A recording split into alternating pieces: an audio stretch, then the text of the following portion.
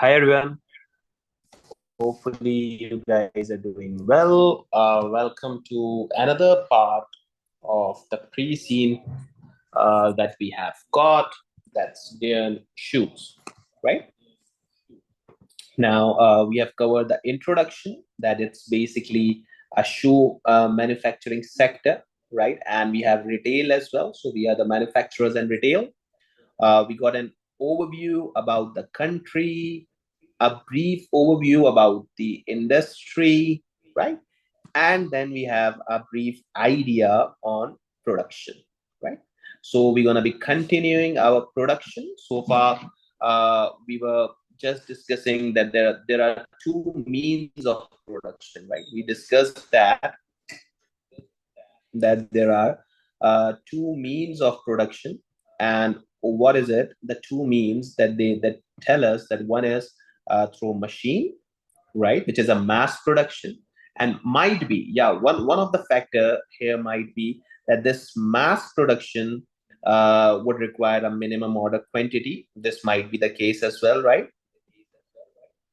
And there are some handmaids, and for handmade we believe that there would be, for handmade we probably believe that there would be limited orders, but this would require expensive of it, right?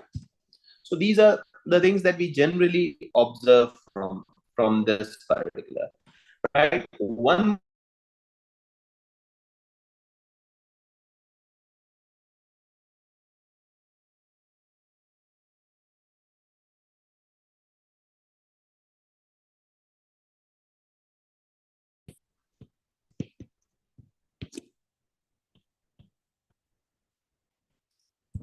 more thing, guys, that annotated notes would be shared once we have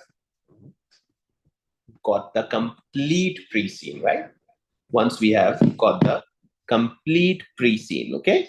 So annotated notes would be shared once we have completed, okay? Now, in handcrafting, okay, so this was machinic process, I believe, right? This was machinic process, I believe. And now we have handcrafting. Now, what's handcrafting? It is that handcrafting involves the same four stages as mass production, but the shoes are produced using skilled labor to carry out by hand, and some or all tasks performed by machines within a mass production environment. So, we say that in a mass production and in an handcrafting, there isn't much difference, right? There isn't much difference what we see, what we just read, right? So isn't much difference. So what exactly is there? Since there isn't any much difference, so it is the skilled labor that just gives you the difference. And these are people preferences, right? What I say is that people preferences in your country, what the people prefer, whether they use mass production shoes, or they seems to be using, or this seems to be using the skilled labor, right? That's totally up to them. Okay. And then, for example, the sewing together of the parts of upper handcraft shoes are usually made from rather than man-made materials, and are admired for their very high quality and craftsmanship. So just they have given you example that this sewing, this is not a machinic one, right? This is the handmade. So sewing is a pure handmade process. Sir, but why we have been given about the production process? They want to test it, guys. They want this to test it. See, this SPL paper is a business insight paper. It isn't just one or two things. It's a complete business. So in order to understand business, you need to deep dive it. That what exactly this offers, right? Yeah. So they are more expensive to produce than mass-produced shoes. I told you this line I told you earlier, that if you're using skilled labor, they would be more expensive. And sometimes the shopkeepers use this as a selling price, a USP, right? Shopkeepers, I believe, use this as a KSP or USP, unique selling point.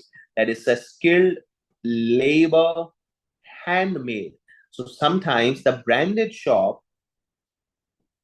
do this, right? So it's an handmade thing, okay? Now, because of both high quality of the leather and the higher proportion of skilled labor used in manufacture, so they are therefore sold at a higher price than mass-produced shoes. And why? Because why do we pay higher price? Because it's our customer preference. Now you cannot do anything. Now, if your customer want a handmade shoe, there isn't. There are fans. There are people following it. It's the thing that you cannot do anything, right? It's the thing that you cannot do anything. Now, the production of handcrafted shoes has not been transferred to third-party manufacturers, right, in other countries, and they continue to be manufactured in Lukeland. And I believe this is as of now, right? This is as of now, okay? This is as of now. And what is it? It's that the handcrafted shoes has not been transferred to third-party manufacturers, right? Or other countries. They continue to be manufactured in London. That means Lukeland. So skilled labor of Lukeland is being used, right? Of Lukeland is being used. Okay. So this is it. Now, there are currently 4 types of shoes manufactured and sold in Lukeland. Okay, so these are set out in table 1 below, right? So these are set out in table 1 below, right? Yeah. So there are 4 types of shoes, right, in Lukeland. Now, types of shoes manufactured and sold in Lukeland, so, or Luckland, whatever you say. Formal, which is handcrafted smart shoes for adult, made of leather. So this is handcrafted, which is more importantly, so that might be high price, right? This is the way you analyze it.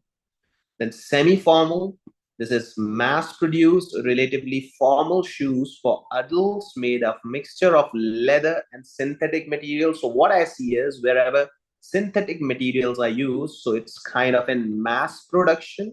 And since it's in a mass production, so there'll be lower per unit cost. And since it would be lower per unit cost, so lesser, I'd be saying lesser price, right? So it would be lesser price. Now, casual. Now, what's that? So mass-produced informal shoes for adults made of synthetic materials. This is casual. Again, a mass-produced one, right? And then mass-produced shoes made for leather or synthetic materials. So what we see is, right? What we see is that this is the one that is handmade, else are mass, and mass produced. So we got to know about type of products as well, right? So we got to know about production and we got to know about type of products. So before going in exam, you should be revising these annotated notes. Like this was the production thing, this was the type of products, or you can make your own as well. I'm making this for the corporate guys because I belong to the corporate as well and we don't have that much time to do these things, right? Now, market structure. So information about both the 5 large organization and the smaller organization in the industry. So there are 5 large organizations and smaller organizations in the industry set out in table 2 below, right? So it's set out in table 2. Table 1 was of products, and then we have this. So Rego, I'll be highlighting myself with blue. So this is mine, right? And this is the most interesting pre-scene that I see. And why? Because they have given you the brief idea of production. They have given you a brief idea of products. They have given you the brief idea of competition as well. So this seems to be a more simplifier pre-seen, what I see is the paper might be very easy. Why? Because it's a simplifier process that they have given you, right? Now, table 2, Lukeland shoe manufacturers. Now, what's that? Huh? So it's Rego mass production. Okay, good quality casual shoes, 18 to 30-year-olds, and high 11.1% share of Lukeland market. So it's high. And price point, if we say, so they are high price ones. And why? Because they are the good quality ones. Or we can say that their product must be a differentiator, right? Their product must be unusual or undifferent. It must be a differentiator. Okay. Then we have Flamingo, that's mass production, which was low quality casual shoes and children's shoes. So it's adults and children. The price point is low and they have 10.8%. Now think of it, guys. What I'm going to say you about the demographics, it's something interesting that they have a high price and yet high market, and they have a low price point and yet lower market. So that means that Rego is doing something that despite being a higher price, they have got approx 11% market share. When you have a competitor, which have a low price point, so having a higher market share means that your product is different, means that your product, guys, is different. I can see it, right? I can see this difference of demographics here, which I must say that you should be having as well. Then we have done good quality alpha types, adults and children's and all that. And we offer all 4 types of shoes. They offer casual shoes. They offer casual and children's shoes. So what I see is they are the differentiator because they are just offering one type of products. They're not focusing that much. We are the ones that's handcrafting and mass production. This is mass production. This is mass production. Parish handcraft. They just see formal shoes, and we have a high price, and that being high prices, why? Because it's handcrafting, right? Because it's handcrafting and it is 8.9, right? And it is 8.9. Then we have better buy. Now what's better buy here? Let's discuss. What's better buy here? Let's discuss. So it's a mass production, good quality semi-formal in shoes, adult and children, medium and this. So we can rank as well that this is first, this is second, this is third, this is fourth, and this is fifth. But if we see that only we are the ones that offer all 4 types, this is interesting, right? So we are ones that offer all 4 types, right? We are the ones. Okay. Now, better buy. So mass production, good quality, adults and children, medium and all that. Then smaller organizations, handcrafting and mass production, all types, adults and children's, various. So smaller organization have all types as well. So this is your competition or competitor. I'll be saying key data analytics. Now, this is the one that you need to refer in your exam. Now, what are the things that can be referred here? That you operate on all types, you have all medium prices, you are on 4th number. So this is what you have to refer. We can say that, yeah, you are linking the pre-seen very well. Okay. Right.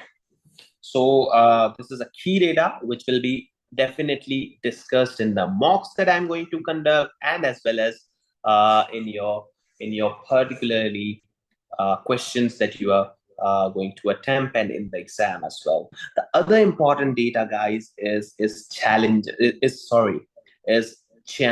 right? Why, sir? Why sales channels are important? See, it should be known by you, right? It should be known by everyone, every business person, that how do we sell? See, I work in an organization where there are 9 different sales channels. Now, that means 9 means one is direct channel, one is distribution, right?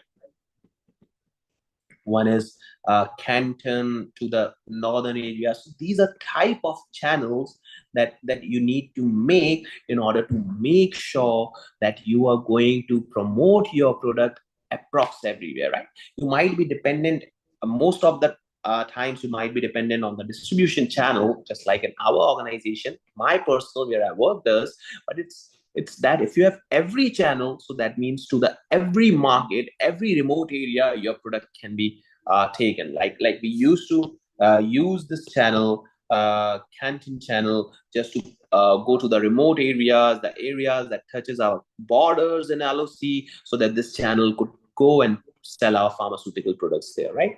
So let's read what are Dearn's channel, right? Let's read what are Dearn's channel. So 85% of revenues earned comes from sales made in Lukeland. So we can see here that we are totally dependent. Oh, sorry, this is not Dearn's channel. This is industry's channel, and we are dependent on local sales. This is good, but this is bad in terms of exports, in terms of country's economy. I don't know how they are developed economy, because they are totally dependent on the internal sales, right? Where they sell direct. Now, this is a direct channel, right? So where they sell direct to customers through their own branded retail outlets and their own online stores. Guys, they have discussed online second time. That means there might be question on online increasing of customers or all that, because I've heard before in the reading as well that there was something discussion on online, right?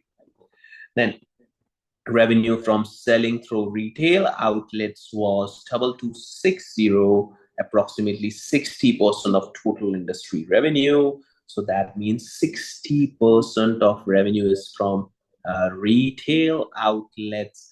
That means 40% is from online. Now that's increasing. Your market is increasing. I must see.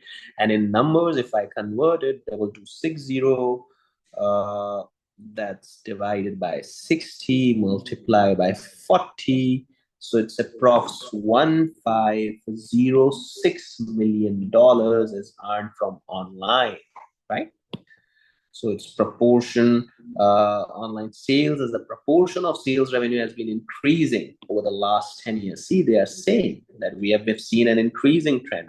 We have seen an increasing trend, and it's approx 25% and 926. Okay, so this was wrong, guys. This was wrong. The online sale is only 25%, which is still good.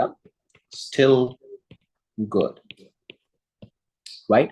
So organizations within an online offering do not make online sales outside Lukeland, delivering to Lukeland addresses only. So what we see here is that online sales, right? What we see here is that online sales are only made to Lukeland, right? Online sales are only made to Lukeland, right? Now, historically, the Lukeland industry has had an excellent reputation worldwide for the quality of its products, right? So yeah, we have a reputation worldwide for the quality, and we have some good suppliers. And for many years, a proportion of Lukeland shoes have been exported, and we did some export as well. So one of the channel could be exports. Yeah, I didn't write here. Our company used to do that as well, exports, right? Then in recent years, manufacturers of handcrafted shoes in particular have seen an increasing demand from their products, right? In markets where there are rising levels of disposable income, where there are rising level of disposable incomes, right? So that means that demand from the markets we are getting where there's a rising level of disposable income. That means from developing countries where they are getting some income to spend, and they are spending on shoes, right? Revenues earned by Lukeland based on shoe manufacturing in 2004 was from export sales via distributors, predominantly handcrafted shoes. Now, one more thing, that means handcrafted shoes are being exported morely, right? And 15%, now these numbers should be replicated in the answer that we'll be making, right? Of revenue earned by Lukeland-based shoe manufacturers in 2004 was from export. So that means it's a breakup here that I would be writing. I'd be writing here that 60 is local sales, 25 is online, and whereas 15 is export. So this is 100, right? So this is 100, 60, 25, and 45. And numbers you should be writing.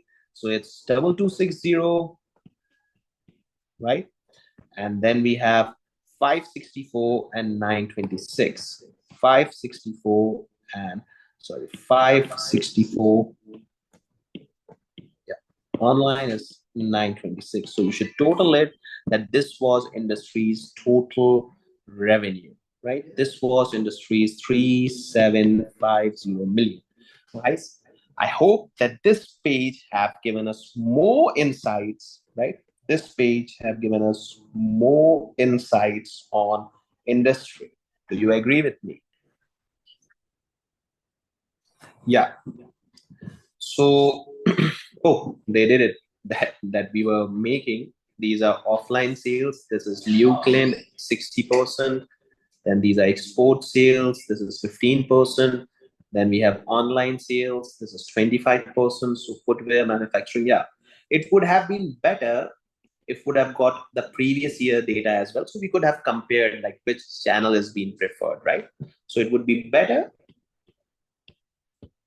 if we would have got previous year's data. So why are you writing this? If I got an opportunity to write this in an exam, I would definitely, because examiner loves when you criticize examiner or missing data, examiner loves it, right? Like if this would have been given, a better analysis would have been done, right? So examiner loves it. Get it? Now, challenges within the industry. Now, what's that? Challenges, innovations, and industry. Let's do this today, right? So that from the upcoming session, what we can do, we can have a discussion on Dearn, right? Now we are discussing the industry. So challenges, guys. Competition has historically been based on price. Okay, so there's an always price war, I see, right? Always a price war in this industry, what we see. And in locality, if you discuss everywhere around, wherever you are, and you see this, so you'll obviously witness that there is price war everywhere, right? You'll obviously witness this, that there is price war everywhere, right? Product range, quality, marketing, brand name, distribution channels, they have also been part of the competition. And as far as the range is considered, so we offer all four types. So this might be the case that we just want to out benefit the competitor. Speed to market has become more importantly over the last 5 years. Now, something important, speed to market. Anyone who can suggest that's a what's this speed to market, right? Anyone who can suggest me, you have my WhatsApp number, you can tell me that what exactly it is.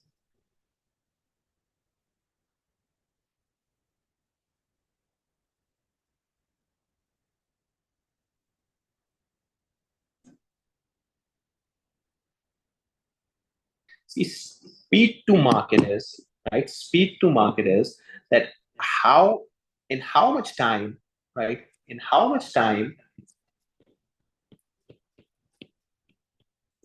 you deliver it to your customer. You just deliver your product. This is what speed to market is, and this is increasingly important, right? I don't want to wait. I just ordered this Apple Watch, right?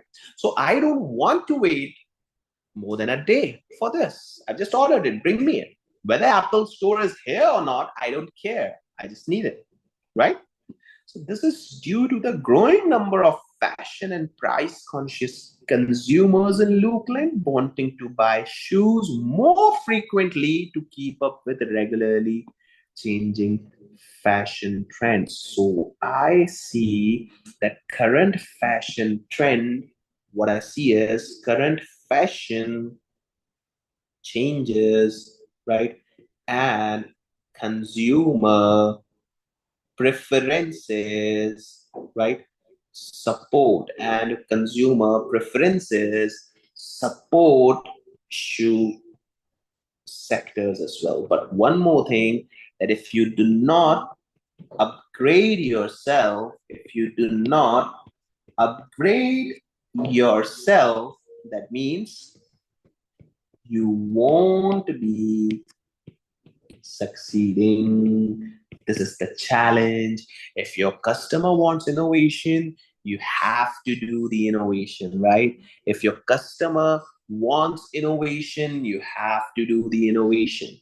Now, Flamingo leads the way in this area. It can design, produce, be ready, right? It can design, produce, be ready to sell a new version of type of shoe called a style. So we are the ones, those who have designers. We are the ones, those who can produce. We are the ones, those who can sell immediately, right, to a new version or type of shoe called style, right, in retail outlets or online within just a few weeks, allowing the company to respond quickly. So far we are doing good in this area, right? So far we are not we, it's Flamingo, right? It's not we, it's one of our competitor who is leading. And see, where does it lies in competition? It's second. So far Flamingo seems to be doing good. It can design, it can produce, it can be ready to sell everything and each and everything, right? So this seems to be a good one here, right? This seems to be a good one, a good competition, right? So far, Flamingo is up to the mark, right? Now, household disposable income is the key driver of demand, okay? Affecting the quantity, frequency, and quality of shoe purchase. Now, that means household disposable incomes. That means your country's economic environment. Household disposable income means your country's economic environment. If this is good, so the shoe industry would prevail. But if this is bad, that means your business might collapse. In COVID, most of the business got collapsed. Why? Because there weren't that much disposable income, right? There isn't that much disposable income, right? Now, there are signs that Euclidean economy is slowing down. Oh my God. So here we can see another challenge. One of the challenge was of, let's categorize the challenges, please. I write a lot. I'm sorry for that. Let's categorize the challenges here. That one was innovation, right? The other one seems to be economy. Our economy seems to be slowing down. World is going ahead, but we seem to be going behind. Our economy is slowing down, right? So growth was 5.1%, and we discussed it as well in the previous session, that there were certain lesser increase anticipated in future. So that's a bad sign, right? So 5.1% for 5 years ago, but had fallen to 1.6% to 2 years ago, and was only 1.1% during 2004. So this seems to be a worsening positions, right? This seems to be a worsening positions, and growth is expected to be 0.8%. Guys, now this is some key industry data, right? So low growth anticipation is itself a challenge. I'll write here that low growth anticipation, right? Low growth anticipation.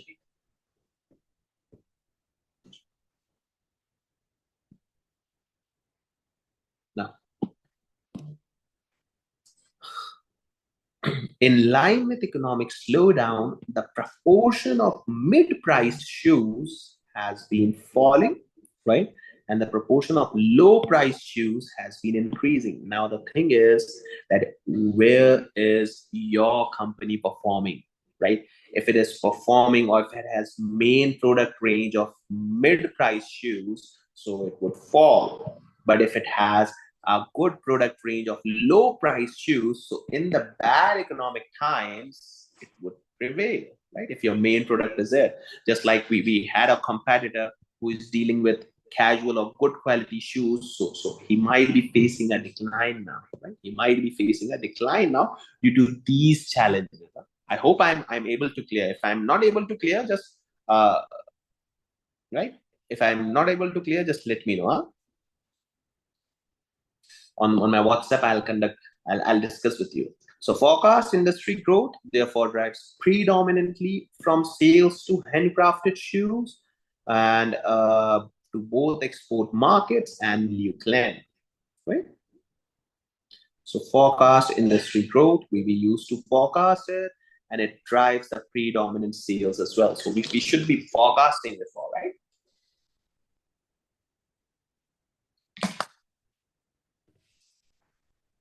Yeah. So now there is increasing awareness that employment protection legislation is poor in the countries in which third party. Now, where do we outsource? Now, this is one of the ethical requirement, I must say, that could come, right?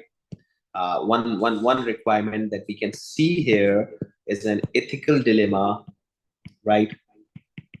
We can see an ethical dilemma that outsourcers not doing adequate things, like they might be using child labor. If you're outsourcing to them, they might be using child labor and all that things, right? So this is the dilemma that we could see. Huh? So there's an increasing awareness that employment protection legislation is poor in the countries, okay, in which third-party manufacturers used by some Luke shoe companies are based. So that means we are now going towards those companies for preferring and making them to successfully fulfill our order. And why is that? Because we see here, right? And why is that? Because we see here that they are not that much following employment regulations, so they have a lower cost, right? Now, the manufacturing process used in these countries are having a negative effect on the environment, right? And yeah, now that means they are disturbance. They are using child. I don't know about child labor. We'll see, but they are doing certain inefficient processes. What I see is they are doing certain inefficient processes that is damaging the environment. So in Luke also there could be a pressure group arising and saying that you are the ones, those who are dealing with those unethical countrymen and all that, and this could be a case that we can see in the exam.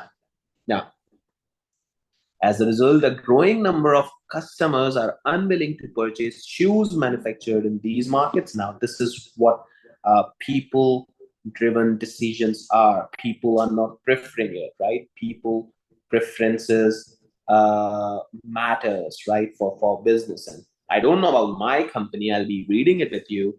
But what I see is that this could be one of the challenge, right? Now, despite the impact on their disposable income, they are choosing instead to more expensive shoes of manufacturers such as Parrish, which emphasize the Lukeland heritage and quality of their handcrafted shoes. So see what people are saying. We are not going to buy from the shoe company who is outsourcing to a third party country where there are inadequate environmental protections being done. So we'll be buying expensive shoes. Now there are two thoughts. One is saying I won't be buying expensive shoes because my household disposable income is low. Whereas one is saying that I won't be going for those low cost shoes because they are damaging the environment. So this is two thoughts, right? These manufacturers are therefore flourishing in both local and export market. This is increasing the need for skilled workers in local as well as attracting new entrants to the industry. Guys, discussion of new entrants again. Order of 5 forces. I must say it's definite now. Now it's definite. It's for sure that they are going to test this order 5 force, right?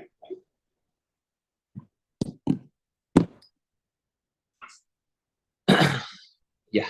So now, from production through disposal, right? Shoe manufacturing and retaining has a big impact, okay, on the environment. The manufacturing process releases large amounts of carbon dioxide. We know that it's against the environment, right? It's against the environment, right? The industry was responsible for 1.4% of global greenhouse gas emissions. So out of total damage, our gas was 1.4%, which is significant for a shoemaking business, right? This industry. So we can say one more challenge is environmental concern, right? One more challenge that this industry is facing is environmental concern. Guys, these annotated notes are for you. Kindly take it once you have seen all the classes. Yeah. So every year, hundreds of thousands of pairs of shoes are disposed in Euclid alone, most of which end in a landfill site. So kind of a disposal cost, we can say here, right? We can say here that this is a disposal cost. Okay. Most materials used in shoe manufacturing takes to biodegrade. Now, this is a process, right? This is a process. Take years to biodegrade. That means we just finish that process. We just make it more sustainable. So most materials used in shoe manufacturing take years to just cancel the impact that they have created. So this is the means that shoes are one of the vulnerable resources that are damaging the environment, right? A large proportion of shoes are returned to the seller if they do not fit, if they are not described on the website, if they're damaged. In fact, one of the story that I can just say you in the last attempt of SBL, like March 25, I was in USA, right? You can see the classes. What my friend did, he ordered 2 set of shoes, right, online. And the next day I was staying with him. So the next day, he got the shoes, right, for all the particular two pairs that he ordered, and then he just wore one was fit, one was not fitting. So he went the next day, he took the subway, and then he returned one, right?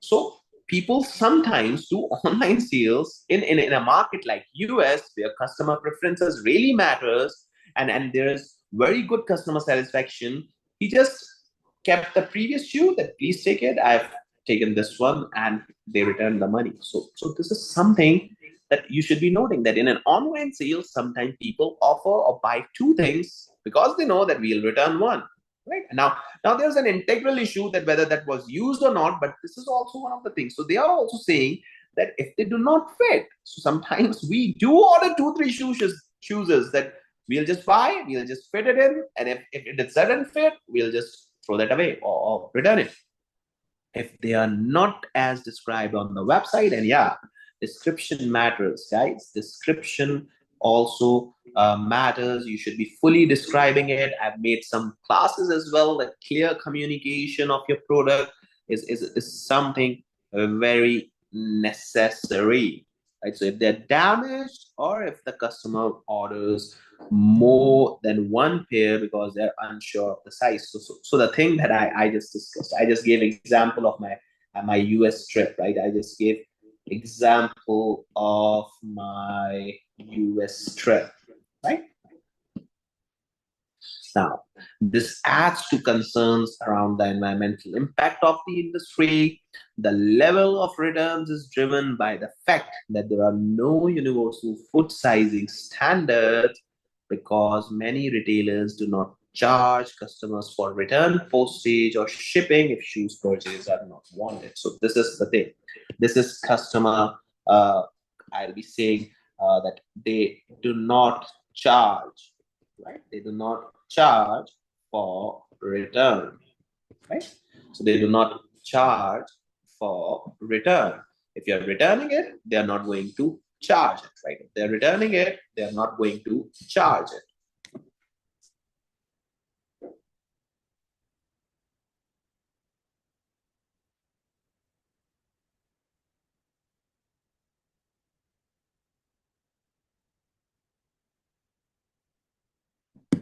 Now, the last page we'll be covering today, and then we'll have a Dearn Shoes Limited. We'll discuss in the next class. So here, innovations and developments. So growing environmental awareness and interest is ethical and sustainable sourced products. So this is the general guidelines we see have led to development of ethical shoes. Now, this is something interesting. Huh? Ethical shoes, something interesting we can say here. Why?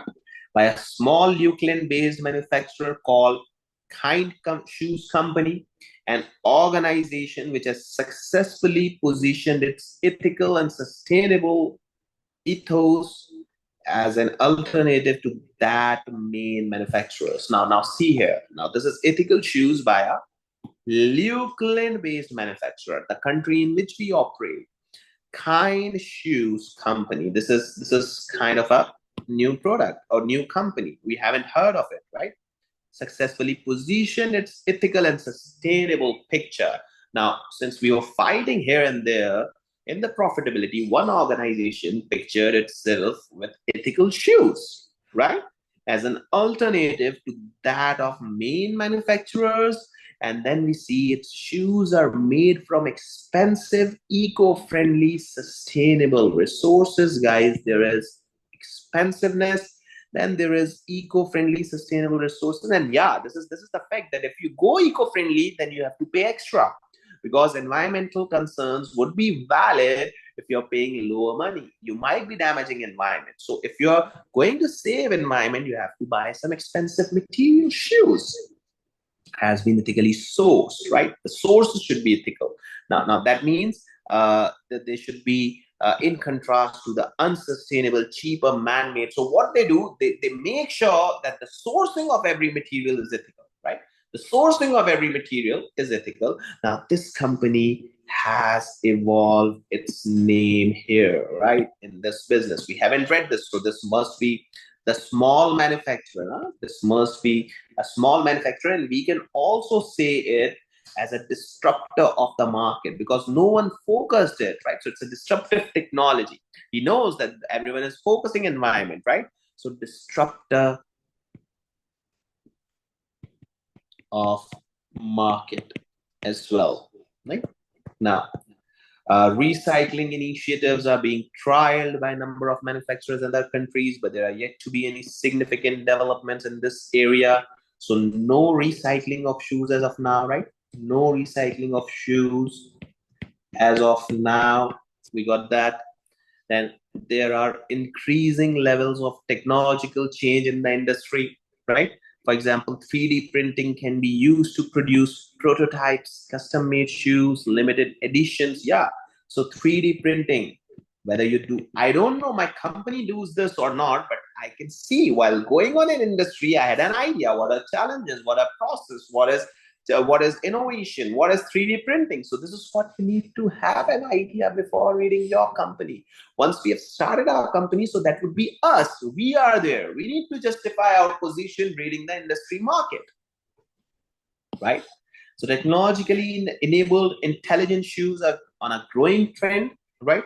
They can measure athletic performance. Oh, then we have tech-based shoes as well. What they do measure athletic performances. How is Ronaldo and Messi performing, guys? The shoes would tell. How is Benzema is going? How is Mohamed Salah is going? So the shoes would highlight the importance. This is what something, a very good tech development, huh? A very good tech development, I must say, right? And feedback to the wearers of shoes using Bluetooth to transmit data to smartphone. Oh my God, this is something very, very good. You can transmit the data from shoes to your smartphone as well. Another trend is customizable shoes, particularly athletic shoes, which can design and personalize. So virtual and augmented reality technology is being used on some online sites to enable customers to try on shoes to see what they look on them via their smartphone cameras. Oh, now this is something. Put the camera on your legs, on your foot, and the camera would show you that you have bought the shoes. And then you can decide whether we need to buy it or not. If you need to buy, you'll just place an order. The next day shoes would arrive. You can wear it. So a 3D or virtual augmented reality, guys, this is must among all developments. Must among all developments. Now, the question is, where do our company stands in these developments? So the answer is that please wait till tomorrow, since you'll be reviewing the product, or we'll be reading that tomorrow, right? Then there have some laws as well. Yeah, law association as well. We have some regulations towards that as well. So a Euclid Shoe Association aims to promote the industry domestically, right, and globally. It provides its members with expertise, support, advice, guidance, range of relevant topics, members and links with Euclid government. So it's a kind of a shoe association, a government, a state-owned body, or I must say a regulator, right? State-owned body or a regulator, I must say. Now, accreditation by the Made in Euclid campaign indicates that manufacturers have compiled with standards regarding the quality. Now, this is something good. You can tag this that this is made in Euclid once you get it approved by the lawmaking body of it.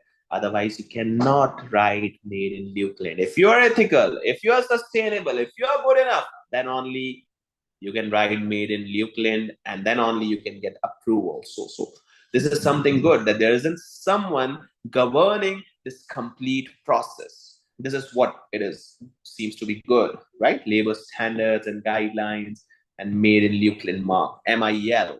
You can write just this once you have compiled with the laws and got an approval, right? Most comply with environment. Employment, health, and customer protection. There is a strong system, right? So there's a regulator. There's a regulator there who monitors, right? And who can penalize as well if you claim fake. So there could be penalizement as well.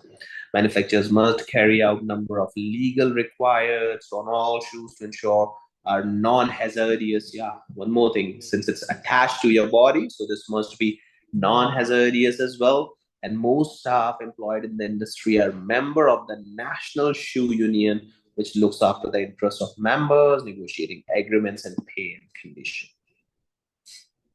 So guys, what I can say that in this class, we had a better knowledge of handcrafting, right? What I see is we had a better knowledge of handcrafting, that what exactly it is. Then we had an idea of market structure, right? Channels. Then we had an idea of structure, that who's leading the market. Then we had an idea of channels, then challenges, which I have listed down. Then we discussed on innovation, and with that 3D shoes and all that, taking up the camera. And at last, we discussed legislation as well. So guys, this was for this sessions. In the next class, we'll be covering our complete company. I'll at least try to take 2 more sessions of it to cover it complete, right? So these green ones are now done, and in the next we will be discussing the yellow ones, right? So this is it, guys. See you in the upcoming session. Thank you. And I hope you liked it. If yes, then do leave me a WhatsApp message saying that you have taken the class. Thank you. And yes, my number is here. If in case you missed it, so my number is here. You can take the screenshot, right? Thank you.